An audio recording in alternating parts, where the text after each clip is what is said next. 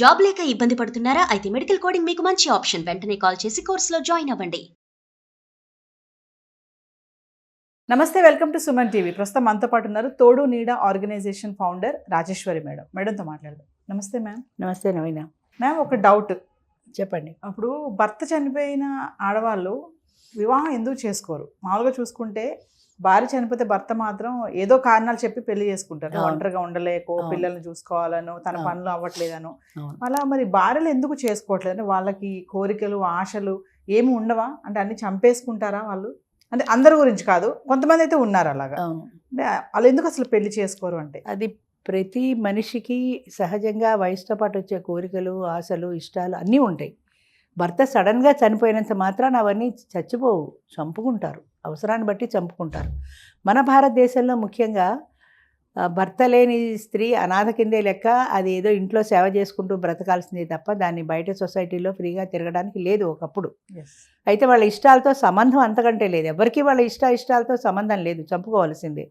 అయితే కాలం మారుతున్న కొద్దీ ఆడవాళ్ళు కొద్దిగా బయటికి రావడం మొదలుపెట్టారు, చదువుకున్నారు, ఉద్యోగాలు చేసుకుంటున్నారు. వాళ్ళు కూడా మామూలుగా అన్నీ ఉన్న స్త్రీలతో సమానంగా తిరుగుతున్నారు. కానీ వాళ్ళ మనసులో కోరికలు ఎక్కడికి పోతాయి? బయటికి వ్యక్తపరచలేరు. భయం. 100కి 90 మంది బయటపకపోయినా కూడా ప్రతి మనిషిలాగానే ఆవిడకు కూడా బొట్టు పెట్టుకోవాలి, పూలు పెట్టుకోవాలి, అందరితో సరదాగా తిరగాలి, భర్తతో సరదాగా సమయం గడపాలి అనే కోరిక ప్రతి ఒక్క ఆడదానికి ఉంటుందమ్మా. దాన్ని ఎవ్వరూ కాదనలేని నిజం. అది కాదు అని ఎవరైనా అన్నా కూడా అది అబద్ధమే. వాళ్ళ మనసును వాళ్ళు చంపుకొని మాయ చేసుకుని బయటికి పతివ్రత కబుర్లు చెప్తున్నారు అంతే. ఎవరి కోరికలు కాదనేటువంటి పరిస్థితి సమాజానికి ఉంది. అంటే నువ్వు ఇలా చేయకూడదు, నువ్వు అలా ఉండకూడదని కొన్ని టర్మ్స్ అండ్ కండిషన్స్ డిక్టేట్ చేశారు సమాజం మనకి ఆ రోజుల్లో. ఇంకా చాలామంది వస్తున్నారు. ముఖ్యంగా పిల్లలకి వ్యతిరేకించి చాలామంది పిల్లల్ని వ్యతిరేకించలేక వెనక్కి వెళ్ళిపోతారు. పిల్లలు ఏదేదో చాలా పరువు తక్కువ అనుకుంటారు. మీ అమ్మ మళ్ళీ పెళ్లి చేసుకుందా అని సమాజం ఊరుకోదు కదా. మీ అమ్మ మళ్ళీ పెళ్లి చేసుకుందా అని అడిగితే వీళ్ళు చాలా తప్పులా ఫీల్ అవుతారు. కానీ అవును, మా అమ్మ పెళ్లి చేసుకుంది, నేనే పెళ్లి చేశాను, మా అమ్మ ఒంటరిగా ఎన్నాళ్ళు ఉంటుందని తిరిగి సమాజాన్ని ప్రశ్నించలేరు వీళ్ళు. అలా చెప్పే ధైర్యం లేదు. దానివల్ల ఏమవుతుందంటే ఆ ధైర్యం లేని పెరిగితనం వల్ల, ఆ సోషల్ స్టిగ్మా వల్ల వాళ్ళు ఒప్పుకోరు. ఈ వయసులో నీ పెళ్ళి ఏంటి, మా పిల్లల్ని చూసుకుంటూ హాయిగా ఉండొచ్చు కదా అని. చాలామంది నాకు కామెంట్స్లో కూడా పెడుతూ ఉంటారు, హాయిగా మనవాళ్ళని మనవరాళ్ళని చూసుకుంటూ ఉండొచ్చు కదా అని. ఉండొచ్చు, కానీ అసలు ఆ పరిస్థితులు ఎక్కడున్నాయి? నీకు జాయింట్ ఫ్యామిలీస్ ఎక్కడున్నాయి? న్యూక్లియర్ ఫ్యామిలీలో ఆమె పిల్లలు ఎక్కడో ఉంటారు, మనవాళ్ళు మనవరాళ్ళు ఎక్కడో ఉంటారు. ఈవిడ ఎప్పుడో ఏడాదికో 2 ఏళ్ళకో ఓసారి 10 రోజులు వెళ్ళిందనుకో, వాళ్ళు దగ్గరికి రాలేరు, దూరం నుంచి చూస్తారు. కాబట్టి ఆవిడ దగ్గర అవ్వాలంటే కొన్ని నెలలు వాళ్ళతో కలిసి ఉండాలి. వాళ్ళతో అటాచ్మెంట్ ఉండదు కాబట్టి ఆ అటాచ్మెంట్ లేకపోవడం వల్ల ఆ ఎఫెక్షన్ ఉండదు. ఎఫెక్షన్ లేనప్పుడు పిల్లలు దగ్గరికి రారు. మరి ఏం చేస్తుంది? మనవాళ్ళని మనవరాళ్ళని ఆడించవచ్చు కదా అన్న మాట ఒకప్పటి పాత మాట. జాయింట్ ఫ్యామిలీ సిస్టంలో, న్యూక్లియర్ ఫ్యామిలీ సిస్టంలో ఎవ్వరూ లేని అనాథ ఆమె ఒక్కతే ఉండదు. ఎలా బ్రతకాలి? ఒంటరి మనిషి అర్ధరాత్రి అపరాత్రి ఏ బాత్రూంలోనో పడిపోతుంది. ఎవరు లేవదీస్తారు? ఎవరు హాస్పిటల్కి తీసుకెళ్తారు? కోకొల్లలో ఉదాహరణలు అలా ఒంటరిగా ఉండడం వల్ల ప్రమాదానికి గురై చచ్చిపోయిన వాళ్ళు ఎంతోమంది. ఇంకా అటాక్లు ఉంటాయి. ఒంటరి ఆడవాళ్ళు అయితే ఎంతోమంది అటాక్ చేస్తూ ఉంటారు. ఇదే అవకాశంగా తీసుకుని ఒక్క మనిషి కాబట్టి అటాక్ చేస్తారు. మరి అలాంటివన్నీ తప్పించుకోవాలంటే మనిషి ఒక తోడు ఉండాలి కదా. ఖచ్చితంగా. అంటే మేడం, తోడు నీడ ఆర్గనైజేషన్ రన్ చేస్తున్నారు కదా, అంటే మీ దగ్గరికి వస్తూ ఉంటారు చాలా మంది లేడీస్ కూడా, ఇలాంటి వాళ్ళు కూడా వస్తారు కదా. అంటే వాళ్ళు వచ్చినప్పుడు అడిగే ప్రశ్న ఏముంటుంది మీ దగ్గర? మొదటి ప్రశ్న ఏముంటుంది? నాకు ఒక మంచి తోడు కావాలి. ఎవరైనా సరే నాకు ఒక మంచి తోడు కావాలి. నేనేమంటానంటే, ఇదేమి మార్కెట్లో వంకాయలు కాదు, చచ్చొంకాయ పుచ్చొంకాయ చూడడానికి. మంచి చెడు అనేది ముఖం మీద రాసి ఉండదు, వీడు మంచివాడు వీడు చెడ్డవాడు అని. అది మీకు సర్దుకోవటంలో, సరిపెట్టుకోవటంలో ఉంటుంది. ఆయన్ని చూసి ఎరగా బొరగా బాగానే ఉన్నాడు కదా అని చేసుకున్న తర్వాత ఆ కంపాటబిలిటీ ఉండదు, ఆయనకి నీకు పడదు. అంచేత కొద్ది రోజులు మాట్లాడుకున్న తర్వాత మీ ఇద్దరికీ సరిపడుతుందా లేదా, మీ భావాలు సరిపడతాయా లేదా, మీ ఊహలు సరిపడతాయా లేదా, నీ ఇష్టానికి ఆయన ఎంతవరకు గౌరవిస్తాడు, నువ్వెంతవరకు ఆయన ఇష్టాన్ని గౌరవిస్తావు అనేది వాళ్ళ మాటల ద్వారా తెలియాలి. ఇంకొక ప్రధానమైన అంశం ఏంటంటే, స్త్రీలకి ఏంటి స్వాభిమానం కానీ, లేదా కలిసి ఉండడంలో ఉండేటువంటి ఆ సహజీవనంలో ఉండేటువంటి కష్ట నష్టాలు కానీ ఎదుర్కొనే ధైర్యం ఉండాలి. ఆయన ఇష్ట ప్రకారమే నడవాలని కొన్ని తరాలుగా మగవాడు పెత్తనం అలవాటు అయిపోయింది. అంచేత చిన్న వాటిల్లో సర్దుకునే సహనం ఆడదానికి ఉండాలి. లేదంటే ఇద్దరు హోరాహోరీ పోట్లాడుకుంటారు, దానివల్ల ప్రయోజనం లేదు కదా. అంచేత ఆ సర్దుబాటు గుణం ఉందా లేదా చూసుకోవాలి. సర్దుబాటు గుణం ఉండే తీరాలి. అంటే ఆయనకి ఇష్టమైన పని ఆయన చేసినప్పుడు ఇది నాకు ఇష్టం లేదు, నువ్వు ఎలా చేస్తావు అని క్వశ్చన్ చేయడానికి లేదు. నువ్వు తట్టుకోవలసిందే. అలాంటి సహనం, అలాంటి సర్దుబాటు తత్వం ఆడవాళ్ళలో ఉంటేనే ఒక అడుగు ముందుకు వెళ్ళగలుగుతారు. ఎందుకంటే మగవాడి మనస్తత్వంలో ఇంకా మార్పులు రాలేదు. ఏ నూటికో ఒక్కోటికో ఒకరో ఇద్దరో ఉంటారు. ఆమెకి విలువివ్వాలి, ఆమె అభిప్రాయాలకి నేను విలువివ్వాలి అని ఆలోచించే మగవాళ్ళు చాలా తక్కువ ఉంటారు సహజంగా. వయసు మీద పడినా కూడా పడిన కొద్దీ పెరుగుతుంది. ఎందుకంటే చిన్నప్పటి నుంచి నాకు నా ఇష్టమే అలవాటు అయిపోయింది, ఇప్పుడు నువ్వు వచ్చి కాదంటే ఎలా అని అడిగేవాళ్ళు ఉంటారు. ఒక మహానుభావుడు గారు చెప్పారు, ఆయనకి 2 గంటలకు భోజనం అలవాటుట, ఆవిడకి 1 గంటకి అలవాటుట. 2 కాకుండా 1:30కి భోజనం చేద్దామంది. నాకు 2కి అలవాటు, నేను 2కి తింటా, కావాలంటే నువ్వు తిని. ఆమె దారిన ఆమె తినేసి, ఆమె దారిన ఆమె పడుకొని, ఆమె దారిన ఆమె ఉండిపోయినప్పుడు ఇద్దరు కలిసి ఉన్న ఉపయోగం ఏముంది? ఇద్దరు కలిసి ఉండాలంటే ఏదైనా కొన్ని కాంప్రమైజ్ కావాలి జీవితంలో ఇద్దరు కూడా.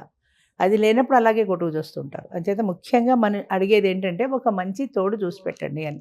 ప్రీవియస్ మేడం నేను మీ ఆర్గనైజేషన్కి వచ్చినప్పుడు కపుల్స్తో కూడా మాట్లాడాను, కొంతమంది బ్యాచిలర్స్తో కూడా మాట్లాడాను. అంటే అక్కడికి మీ ఆర్గనైజేషన్ వచ్చిన వాళ్ళు కొంతమంది పెళ్లి చేసుకుంటారు, కొంతమంది మాత్రం ఫ్రెండ్స్గా కూడా ఉన్నారు చాలామంది. అంటే వాళ్ళు తోడు దొరకక, లేకపోతే వాళ్ళు అలా ఫ్రెండ్లీ నేచర్ అన్నట్ట, అదే సహజీవనం కూడా ఉంటుందా? ఎక్కువ మంది ఇప్పుడు సహజీవనానికి ఇష్టపడుతున్నారు. మగాళ్ళు ఎక్కువ ఇష్టపడతారు సహజంగా. ఎందుకంటే సహజీవనంలో ఉన్న వెసులుబాటు ఏంటంటే పడకపోతే మళ్ళీ కోర్టుకి ఎక్కడం, డైవర్సు, కొన్ని సంవత్సరాలు పడుతుంది వాళ్ళకి విడాకులు రావాలంటే. మ్యూచువల్ కన్సెంట్ మీదైనా 1 సంవత్సరం పడుతుంది. ఆమెకు విడిపోవాలని ఉండకపోవచ్చు, ఈయనకి విడిపోవాలని ఉండొచ్చు. అంచేత ఈ తేడాలతో మ్యూచువల్ కన్సెంట్ రాదు. సహజీవనం అనుకో, నాకు అక్కర్లేదని వెళ్ళిపోవడం తేలిక, ఎప్పటికప్పుడు దుమ్ము దులిపేసుకుని వెళ్ళిపోవచ్చు. అంచేత సహజీవనంలో ఆ సౌకర్యం ఉంది కాబట్టి ఎక్కువ మంది మగవాళ్ళు సహజీవనానికి ఇష్టపడతారు. ఆడవాళ్ళు కూడా ఇప్పుడు కాలం మారుతోంది కాబట్టి వాళ్ళు కూడా సహజీవనానికి అభ్యంతరం లేదు, కానీ నాకు ఇల్లు రాసి అని అడుగుతారు సింపుల్గా. ఒక ఇల్లు అంటే హైదరాబాద్ బస్తీలో కొన్ని కోట్ల విలువ చేస్తుంది. ₹1 కోటి ఆస్తి 70 ఏళ్ల వయసులో, 60 ఏళ్ళు దాటిన తర్వాత ఎవరిస్తారు? ఇవ్వాలి కదా, అదంత తేలిక కాదు కదా. అంచేత ఫ్రెండ్లీగానే ఉంటారు ఇద్దరు. మళ్ళీ కలిసి సహజీవనం అంటే ఆవిడ బేరం పెడుతుంది కదా ఇల్లు కావాలని. అంచేత కొన్నాళ్ళు మాట్లాడుకుందాం అంటారు. మా దాంట్లో ఎవరో ఒక ఆయన ఇలాగే ఒక ఆవిడతో మాట్లాడుకున్నారు. ఆయన ఏమన్నాడంటే, 4 నెలలు సహజీవనం చేద్దాం, నువ్వు మా ఇంటికి వచ్చేసే పెట్టే బెడ సర్దుకుని మా ఇంట్లో ఉండు మాతో పాటు, ఆ 4 నెలలు మన ఇద్దరికి సూట్ అయితే పెళ్లి చేసుకుందాం అన్నాడు. ఎంత బాగుంది వినడానికి. కానీ 4 నెలలు నీతో కలిసి మీ ఇద్దరు కలిసి జీవించి భార్యాభర్తల్లాగే ఉంటారు కదా. 4 నెలలు ఉన్న తర్వాత ఈడే మడిగట్టుకొని వేరే కదా ఉండదు కదా. కలిసి ఉన్న తర్వాత ఒక్కసారిగా నువ్వు నాకు వద్దు 4 నెలల తర్వాత అనేస్తే అప్పుడు మళ్ళీ ఇంకొక సహజీవనానికి వెళ్తుందా, ఇంకో పెళ్ళికి వెళ్తుందా? ఒక స్త్రీకి జనరల్గా ఒకటే అవకాశం. అయితే రెండో అవకాశం మనం ఇచ్చాం. రెండో అవకాశం ఇచ్చినంత మాత్రం 2 కాదంటే 3, 3 కాదంటే 4 చీరలు మార్చినట్టు మొగుళ్ళని మార్చడం కాదు. అది నేను పదే చెప్తున్నా ఆడవాళ్ళకు కూడా. ఒక్క అవకాశం ఉంది అంటే ఆ అవకాశాన్ని మాత్రమే ఉపయోగించుకోండి. అంతేగాని సహజీవనం కదా అని చెప్పి మీరు ఇష్టం వచ్చినట్టు తిరగడానికి కాదు ఇది, విచ్చలవిడి శృంగారం కాదు ఇది. అంచేత ఈ అవకాశాన్ని మీరు సద్వినియోగం చేసుకోండి. ఫెయిల్ అయింది అనుకోండి, నా కర్మ ఇంతే అనుకోండి. మామూలుగా ఇంకో క్వశ్చన్ చెప్పండి, ఒక డౌట్ మేడం నాకు. చెప్పండి. 30 సంవత్సరాలు 25 సంవత్సరాలు పెళ్ళైన వాళ్ళకు కూడా కొన్ని సమస్యలు వస్తూ ఉంటాయి, మోసాలు జరుగుతూ ఉంటాయి, విడిపోతూ ఉంటారు. అంటే ఈ ముదిమి వయసులో పెళ్లి చేసుకున్న వాళ్ళకు కూడా ఇలాంటి సమస్యలు వస్తున్నాయా అంటే ఏం చెప్తారు మేడం? ఉన్నాయమ్మా, సమస్యలు లేని ప్రపంచంలో ఎవ్వరూ లేరు. ఇద్దరు మనుషులు కలిసి, ఒక భార్యాభర్తే కాదు, ఇద్దరు ఆడవాళ్ళు కలిసి ఉన్న సమస్యలు వస్తాయి, ఇద్దరు మగవాళ్ళు కలిసి ఉన్న సమస్యలు వస్తాయి, ఆడమగ ఉన్న సమస్యలు వస్తాయి. అయితే మెయిన్ కావాల్సింది ఏంటంటే వీళ్ళ బంధం గట్టిగా ఉన్నప్పుడు ఎలా వచ్చిన సమస్యలు అలాగే సాల్వ్ చేసుకుంటారు. అది లేనప్పుడే కొట్టుకుంటారు. సమస్యలు ఎన్నో వస్తాయి, కానీ కూర్చొని చర్చించుకోవాలి, దీనికి సొల్యూషన్ ఏంటి అనేది చూసుకోవాలి. రెండో విషయం ఏంటంటే, ఆడవాళ్ళు మగవాడు ఇంటికి వెళ్ళినప్పుడు ఈ మగవాడు నా సొంతం, నా మొగుడు నాకే సొంతం సినిమాలాగా వీడు నా మనిషి అన్న ఫీలింగ్ ఉండకూడదు. ఎందుకంటే 25 ఏళ్ల వయసు పెళ్లిలో అయితే ఆయన ఒక్కడే, కానీ ఆయనకు ఒక ఫ్యామిలీ ఉంది. అంతకుముందు ఆయన పిల్లలు ఉన్నారు, మిగతా వాళ్ళందరూ ఉన్నారు, భార్య లేదు. కానీ ఆ ఫ్యామిలీలో నువ్వు కలిసిపోగలగాలి, ఆ పిల్లల్ని నువ్వు కలుపుకోగలగాలి. నువ్వు ఆయన ఇంటికి వెళ్ళినప్పుడు ఆయనతో పాటు ఆయన కుటుంబాన్ని అందరినీ కూడా నువ్వు కలుపుకోగలిగినప్పుడు వాళ్ళు కూడా నిన్ను యాక్సెప్ట్ చేస్తారు. అది లేకుండా వాళ్ళ పిల్లలు వస్తే నన్ను చూడాలంటున్నాడండి, నేనెందుకు చూడాలి, నేనేమన్నా ఆయనా అని అడుగుతారు కొంతమంది. ఆయన ఇష్టమైనప్పుడు ఆయన కుటుంబాన్ని ఎందుకు ఇష్టపడవు? ఆ వయసులో కూడా ఆ వయసులో కూడా నా భర్త నాకే సొంతం, నా ఇల్లు నాకే సొంతం అన్న ఫీలింగ్ ఆ వయసులో కూడా ఉంటుంది. నేను ఎందుకు చూడాలి ఆయన పిల్లల్ని అంటే కేవలం ఆయన కోసమే వెళ్తున్నానన్న దృష్టితో ఉండకూడదు. అలా అందరూ ఉంటారంటే అలా కొంతమంది ఉంటారు. అలా ఉన్నప్పుడు అదే ఫీలింగ్ వస్తుంది కదా. ఆయనకి ఏమనిపిస్తుంది, ఆయన పిల్లలు ఇప్పుడు పండగకి పిల్లల్ని పిలవాలనుకున్నాడు అనుకో, ఈమె ఒప్పుకోలేదు, వాళ్ళు రాలేదు, ఈమెకి ఇష్టం లేదు కాబట్టి వాళ్ళు వచ్చిన ముఖం మార్చుకొని చూస్తే వాళ్ళకి అర్థమైపోతుంది కదా ఈవిడికి మనం రావడం ఇష్టం లేదని, వాళ్ళు దూరం అయిపోతారు.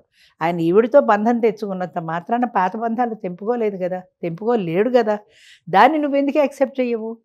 కూర్చొని మాట్లాడుకో. నీ పిల్లలు ఉంటే నీ పిల్లలు రమ్మని, ఆయన పిల్లలు ఉంటే ఆయన పిల్లలు వస్తారు. అలా అందరూ కలిసిపోయినప్పుడు ఆ కుటుంబంలో ఆ బంధం గట్టిపడుతుంది. అది లేకుండా నా మొగుడు నాకే సొంతం అని, నాకు మాత్రమే ఈయన సొంతం అని ఆయన, నాకు మాత్రమే ఈవిడ సొంతం అని ఈయన అనుకుంటే ఈ వయసులో పెళ్ళిళ్ళు సక్సెస్ కావు. ఎక్కడైనా అంతే. Thank you ma'am. Thank you అమ్మా.